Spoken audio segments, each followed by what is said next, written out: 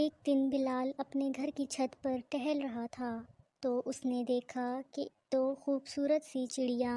بیٹھی آپس میں باتیں کر رہی تھیں۔ ایک چڑیا دوسری چڑیا کو کہہ رہی تھی، سنو یار، ہم جنگل میں کتنے مزے میں تھے، جب دل چاہا اڑ لیا، جب دل چاہا کھا لیا، اور پانی تو وافر مقدار میں مل جاتا تھا۔ جب سے جنگل چھوڑا ہے، نہ کھانے کو جلدی کچھ ملتا ہے اور نہ پیاس بجھانے کے لیے پانی۔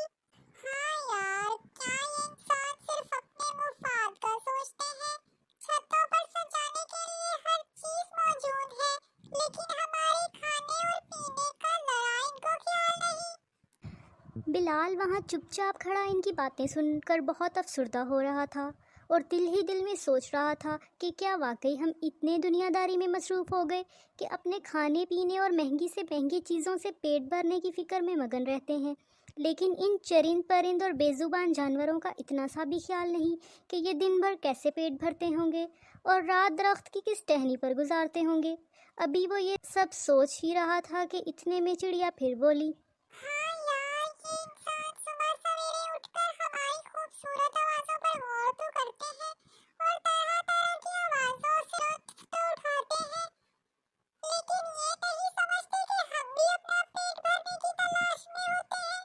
اور جگہ نہ ملنے پر سارا سارا دن ادھر سے ادھر اور ادھر سے ادھر بھٹکتے رہتے ہیں۔ ہاں، تم بالکل درست بول رہی ہو، اور تمہیں پتہ ہے ایک دن میں بھوک سے بہت زیادہ تڑپ رہی تھی۔ دن کی پہر گزر گئی اور مجھے کوئی جگہ نہ ملا تھا۔ اتنے میں ایک گھر کے صحن میں بچے کھیل کود کرتے نظر آئے تو میں وہاں دیوار پر جا بیٹھی، اور کیا دیکھتی ہوں کہ ماحول کچھ ایسا تھا کہ جیسے پارٹی ختم کر کے کھانا کھا پی کر ہٹے ہوں، اور مزے مزے کے کھانے کے بہت سے ذرات مجھے زمین پر پڑے نظر آئے اور مجھ سے رہا نہ گیا۔ میں جلدی سے نیچے گئی اور وہ ذرات چگنے لگی۔ جب میں زمین کا ذرا سا ٹکڑا صاف کر چکی تھی تو کچھ شرارتی بچوں کی نظر مجھ پر پڑ گئی اور انہوں نے کھیلتے ہوئے بڑا سا بال مجھے دے مارا اور میں زخمی ہو گئی، یہاں تک کہ میں بڑی مشکل سے جان بچا کر اڑ کر دوسرے گھر کی دیوار پہ جا بیٹھ گئی، اور وہاں مجھے دھوئے ہوئے کپڑوں سے گرا ہوا پانی نظر آیا۔ میں فوراً پہنچی اور وہ پانی پی کر کچھ جان آئی جسم میں، اور آرام کرنے کے لیے ایک درخت پہ جا بیٹھی۔ اتنے میں بلال چھت سے نیچے چلا گیا۔ ہاں یار، تم بالکل درست کہہ رہی ہو، اگر یہ انسان گھر کی چھتوں یا صحن وغیرہ میں ہمارے لیے الگ سے پیالوں میں کھانے کی کچھ اشیاء اور پینے کا پانی ڈال کر رکھ دیں تو ہم اور ہمارے بچے کھا کر اور اپنا پیٹ بھر کر دعاؤں کے ساتھ رخصت ہوں گے۔ یہ سب بول کر چڑیا اڑ جاتی ہے اور اتنے میں بلال واپس آتا ہے اور ایک ہاتھ میں پانی کا پیالہ اور دوسرے ہاتھ میں کھانے کا برتن لا کر چھت پر رکھ دیتا ہے۔